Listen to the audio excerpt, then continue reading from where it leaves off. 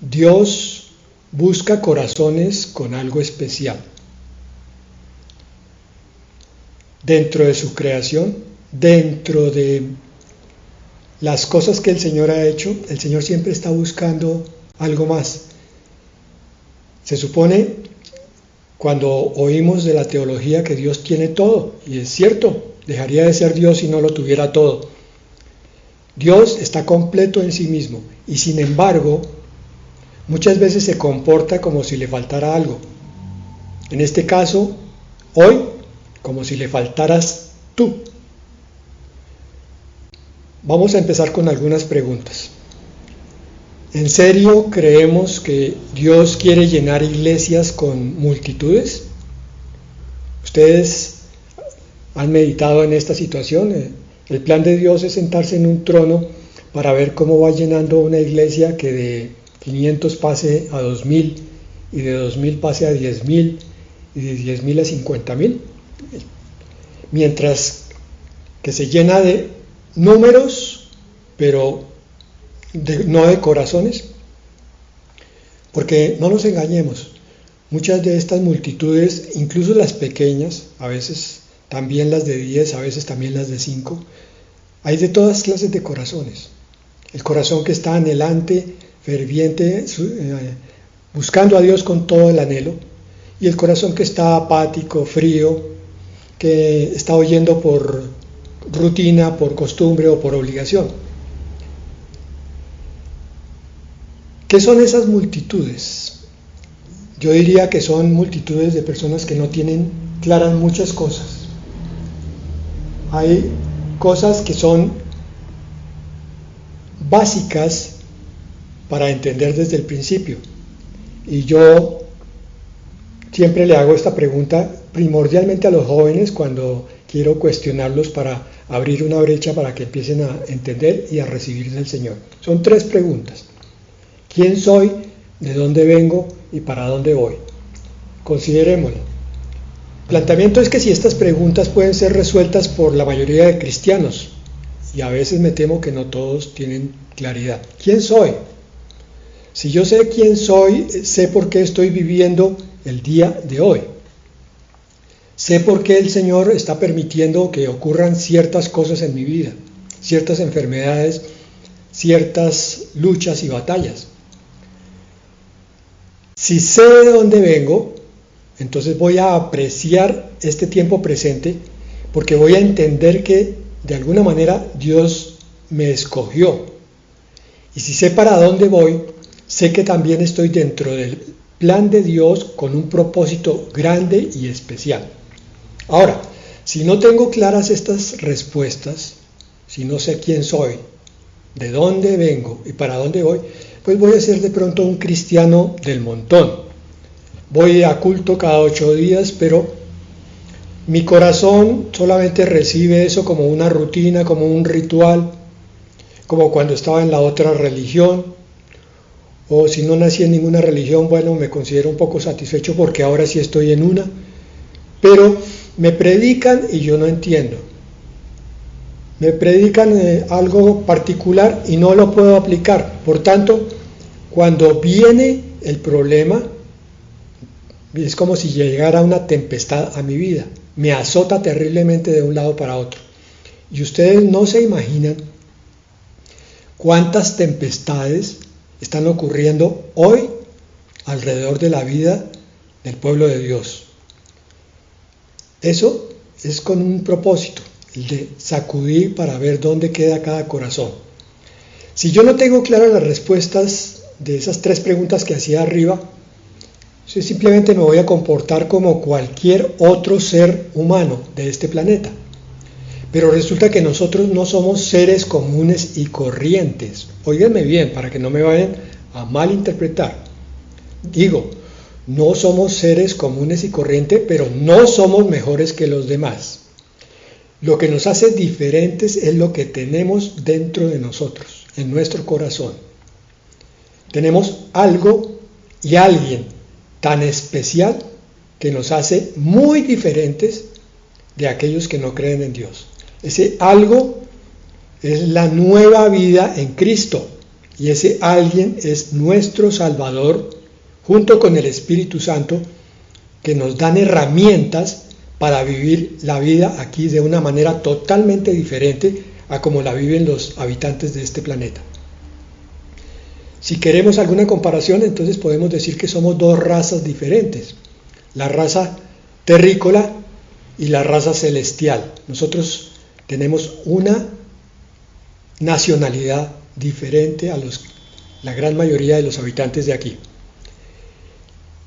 Cuando yo tengo claro mi origen, mi destino y mi esencia, puedo enfrentar la vida, las pruebas y la enfermedad de una manera diferente y mucho más definitiva y sobre todo sobrenatural, que es lo que parece que no entienden muchos de los que están siendo agitados para un lado y para el otro. El tema de hoy tiene que ver con esto. Tiene que ver con que como cristianos, como creyentes, no usemos tanto la razón sino la fe. Yo me sorprendo todavía de la gran cantidad de cristianos con los que me toca hablar y ellos todavía están pensando con la cabeza en vez de responder con el espíritu y la fe. Insisto, no podemos resolver cada problema de la vida como si fuéramos simples mortales. Hay demasiados creyentes enfrascados en asistir a una iglesia, pero su vida está hecha un nudo. Debemos entonces entender quiénes somos, de dónde venimos y para dónde vamos. Ese es el tema de hoy. Y hay una pregunta para terminar esta introducción. ¿Quiénes son las primicias? En Santiago 1:18 nos habla de esta palabra que encontrábamos en el Antiguo Testamento. Allá en el Antiguo Testamento, en el libro de Éxodo y Deuteronomio y Levítico, nos hablaban de que las primicias era el primer fruto que el creyente llevaba para el sacrificio en el altar. Vamos a ver qué nos dice en el Nuevo Testamento con respecto a esto. En la Reina Valera del 60, Santiago 1:18 dice: Él, refiriéndose a nuestro Padre Celestial, de su voluntad nos hizo nacer por la palabra de verdad, para que seamos primicias de sus criaturas. Muy bien, voy a leer la Nueva Biblia Latinoamericana de hoy, Santiago 1:18, para ver si nos aclara un poco más el tema. En el ejercicio de su voluntad, Él nos hizo nacer por la palabra de verdad, para que fuéramos las primicias de sus criaturas. Ok, si ustedes están mirando este versículo con toda la atención y están en el espíritu, van a ver que hay tres enunciados. En el primero, dice que en el ejercicio de su voluntad, en el ejercicio de la voluntad de Dios, o sea, ejerciendo su voluntad, es que va a ocurrir lo que está a continuación, lo cual nos quiere decir que Dios, de alguna manera, previó la situación, la vio antes de que ocurriera, la pensó, la habló y fue. Ejerció su voluntad haciendo lo siguiente. Primero, nos hizo nacer por la palabra de verdad. La Nueva Traducción Viviente dice: Él por su propia voluntad nos hizo nacer de nuevo, por medio de la palabra de verdad que nos dio. Explico esto. Tú que me escuchas, hermano, no eres un ser humano común y corriente. Según este versículo, tú naciste de nuevo por medio de la palabra de verdad, o sea, de la Escritura, que dice cuál es la verdad de la creación, la verdad del universo, la verdad de Dios. No importa si tú naciste en una clínica, en un hospital, con una partera o lo que sea, eso no es lo que marca la verdad, sino que Dios ya te tenía en su mira desde antes de que tú nacieras, en el momento en que fuiste concebido y aún antes de que fueras creado. Si eso lo tenía Dios en su mente y en su corazón, es con un propósito muy especial. No es con cualquier propósito, no es el que te vinieras a sentar en una silla, en una iglesia, a oír sermones. ¿Está claro? Se está respondiendo la pregunta de quién eres. Tú eres llamado por Dios a ser hecho una nueva criatura. Entonces, tu llamado se responde en la medida en que tú permites que Dios saque lo nuevo, lo antiguo, lo viejo, lo que estaba mal, la forma errada de pensar, la forma torcida de sentir, y permita que en ti sea formado algo como la imagen del Señor Jesucristo, o sea, una nueva forma de pensar y de sentir. ¿Ante qué? Pues sencillo. Cuando tú tienes el problema, ya no vas a pensar como el hombre antiguo, porque ya eres nueva criatura, porque ese fue el propósito de Dios para tu vida, a menos que tú no seas cristiano de verdad, a menos que no seas hijo de Dios. Pero si lo eres, tienes que cumplir esta palabra. Te hizo nacer de nuevo. Y entonces, lo mismo haces con una discusión familiar, con el problema de fulanito en tu casa o en tu familia que no se está comportando de la forma correcta, con la enfermedad que está sobreviniendo sobre ti. El enfoque que le tienes que dar es el de hijo de Dios, no el de un hombre o una mujer común y silvestre. Porque si lo haces así, el problema de la familia, la enfermedad, el problema económico te va a llenar de ansiedad, de preocupación, de ideas que vuelan por tu cabeza de un lado a otro, en vez de verlo con la escritura en tu mente, con la palabra de Dios.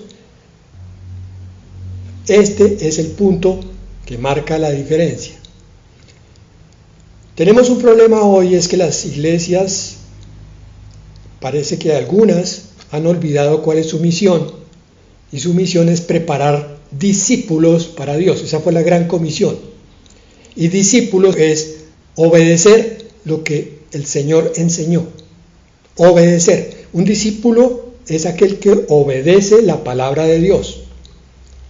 No es discípulo el que desobedece la escritura. Puede que se congregue en la iglesia, puede que sea miembro de esa iglesia desde hace 5 o 20 años, pero si no está obedeciendo, no tiene corazón de discípulo. Y por tanto, no se va a ver en él la nueva creación. Este es el requisito sine qua non. El hombre nuevo va a ser mostrado por obediencia y por fe. Esas dos condiciones. Tú tienes que creer y tienes que obedecer. Y entonces termina el versículo de Santiago 1:18, que una vez hechos hombres nuevos, dice, para que fuéramos las primicias de sus criaturas. La Nueva Traducción Viviente dice, para que nosotros llegáramos a ser su valiosa posesión. Me gusta esa traducción, pero no es muy exacta, ¿sí? Valiosa posesión de Dios, lo cual nos trae a colación la última pregunta: ¿para dónde vamos? Para ser su valiosa posesión por la eternidad, pero desde ahora mismo. No somos gente de una iglesia, somos hijos de Dios como valiosa posesión de Dios. Por tanto, la relación entre Dios y esa nueva criatura es una relación secreta, íntima, personal, unida y sobre todo sobrenatural. No es una relación de cualquier manera. Bueno, creo que más o menos queda explicado lo que dice Santiago 1:18. El punto está en esa palabra que está allí, primicias de sus criaturas. Primicias. Ya entendimos que hemos sido llamados por la voluntad de Dios para ser nuevas criaturas y llegar a ser primicias de entre sus criaturas. Bueno, entonces vamos a entender un poquito del griego con respecto a primicias. Y por favor aquí pongan toda su atención porque ustedes, algunos pueden pensar, esto que nos va a describir ahora es aburrido. No es aburrido si lo quieres entender con el espíritu y con el corazón. La palabra primicias en griego es aparqué o apargé, pero fuerte. Aparqué. Y viene de un compuesto que quiere decir principio del sacrificio o primer fruto o primicia. Bueno, hasta ahí, pastor, no me ha dicho nada interesante. Espera, abre el corazón y abre los oídos. Aparqué denota principalmente una ofrenda de los primeros frutos. Ya te voy a clavar una incógnita. Si son los primeros frutos, ¿cuáles son los segundos? ¿Y cuáles los terceros y los cuartos y los quintos? Porque los primeros son lo que recogía el campesino judío de su cosecha, del trigo, de las frutas, de lo que fuera, de su ganado, tomaba lo mejor, lo que primero se daba, escogía de allí lo mejor, y como cosa especial lo llevaba al altar. Quiere decir que el Señor nos está tomando a nosotros como lo primero de entre una gran cosecha. Primero. Pero, pastor, luego usted no dice que se están acabando los tiempos, que ya pronto viene el Señor y que esto va a concluir con un milenio, y que el milenio es la esposa gobernando, la esposa de Cristo, gobernando sobre la población de la tierra. Sí, perfecto. Pero miren lo que está así. Aparqué también quiere decir, en dos términos, uno significa la parte principal de la cosecha, la primera y la mejor. Y el otro término es los primeros frutos en madurar de un árbol o de una siembra. No se te olvide que el Señor hizo la tierra y que ahora vamos a ver un versículo en Génesis que nos habla de que el hombre fue creado para tener dominio de todas las criaturas en la tierra. Muy bien, pero ¿qué pasa con el resto de la creación? ¿Será que esto de primicias tiene alguna otra connotación? Nos vamos a quedar hoy con varias incógnitas. Entonces, este término se aplica en lo espiritual a la presencia del Espíritu Santo con el creyente como primicias de la plena cosecha de la cruz. Estoy leyendo un diccionario bíblico. Esta definición quiere decir que tú eres una primicia en el sentido de que el Espíritu Santo está teniendo una relación contigo como nunca antes en la historia. Ni en la época de Abraham, ni en la de David, ni en la de Moisés. Nunca ocurrió lo que ocurre ahora. La consecuencia de esa pregunta es otra pregunta.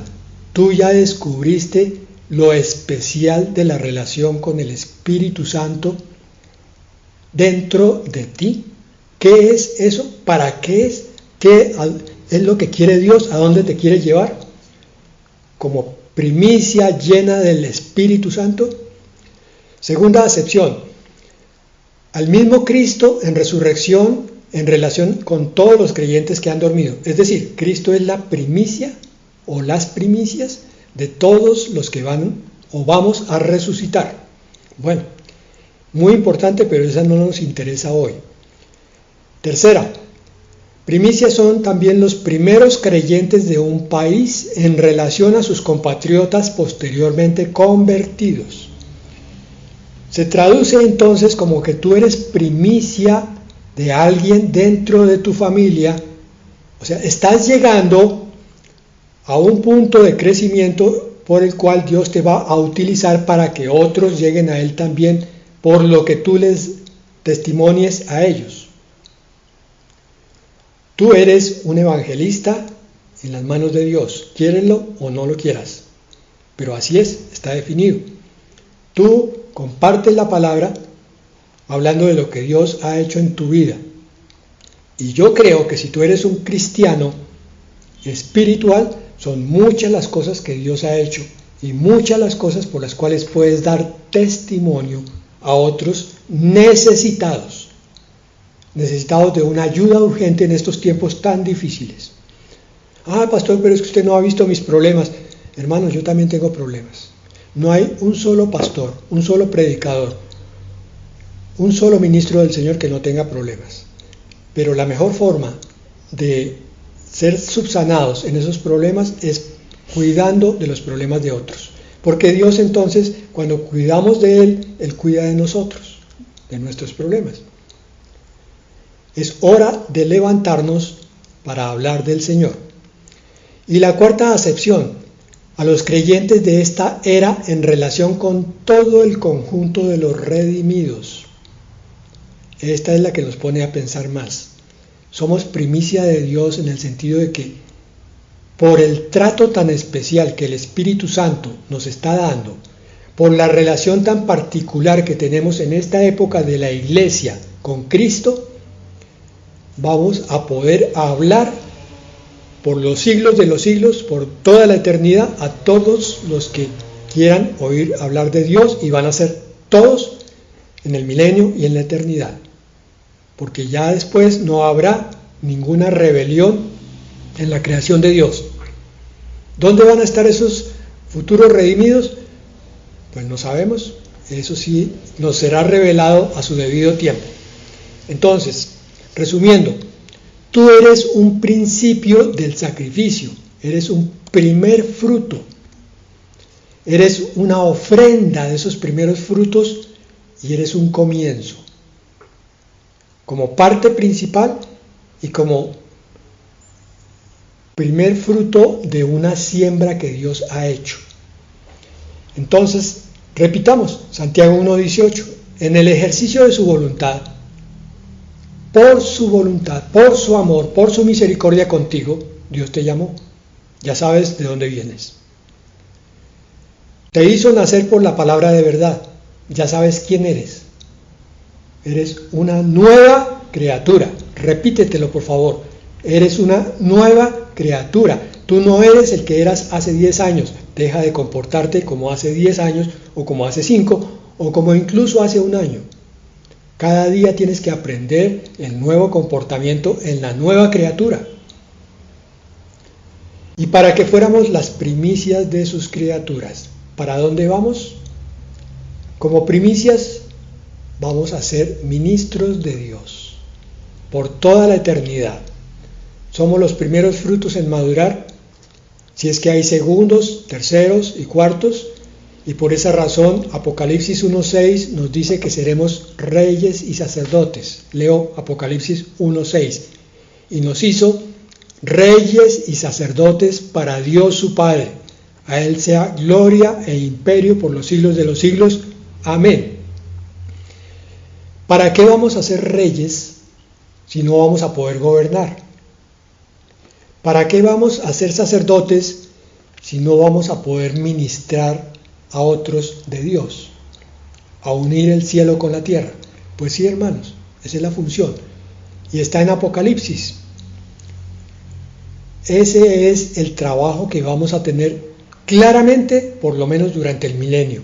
Los 1000 años, cuando la iglesia descienda del cielo con el Verbo de Dios montado sobre el caballo blanco, a juzgar las naciones, y después a instaurar el reino de 1000 años, el reino davídico, en el cual los judíos pasan a poseer ahora sí, de una vez y para siempre, la tierra prometida, los judíos, y los habitantes que hayan pasado vivos de la tribulación al milenio, van a ser reinados por la esposa de Cristo, y van a ser ministrados por la esposa de Cristo, reyes y sacerdotes. Las primicias. Si se te había olvidado, esta palabra te debe recordar que tu llamado es muy especial. Sé que has oído eso con frecuencia de parte de labios de cristianos que quieren darte un consuelo. Hermano, usted tiene un llamado muy grande. Eso lo dicen con frecuencia, pero a veces no saben por qué lo están diciendo. Pero si tú no lo sabías, ahora lo sabes. El llamado como primicia es un llamado muy grande. Por tanto, tú no te puedes dar el lujo de perder el tiempo aquí, de ocuparte de cosas que te quitan el tiempo. De hecho, tú como creyente debes estar buscando fervientemente la comunión con Dios.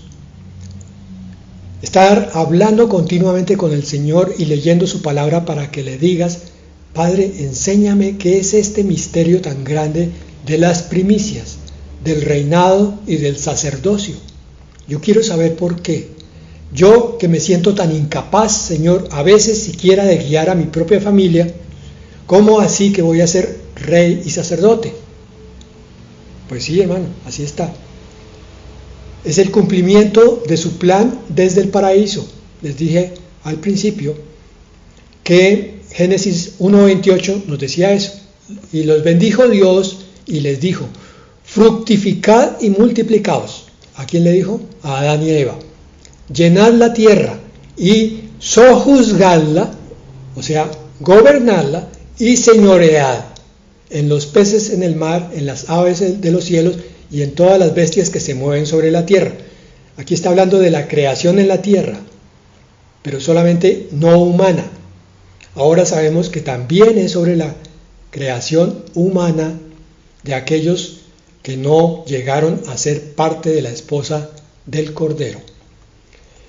Y por esa razón, para terminar, vamos a mirar rápidamente que el Señor, cuando te llame a su presencia, te va a dar galardones individualizados. Alguna vez estudiamos todas las recompensas que el Señor le daba a los creyentes, pero hoy estamos haciendo énfasis en que los galardones que le va a dar a Rosita no son los mismos que le da a Mauricio, porque Rosita y Mauricio tienen funciones diferentes y son personas totalmente diferentes.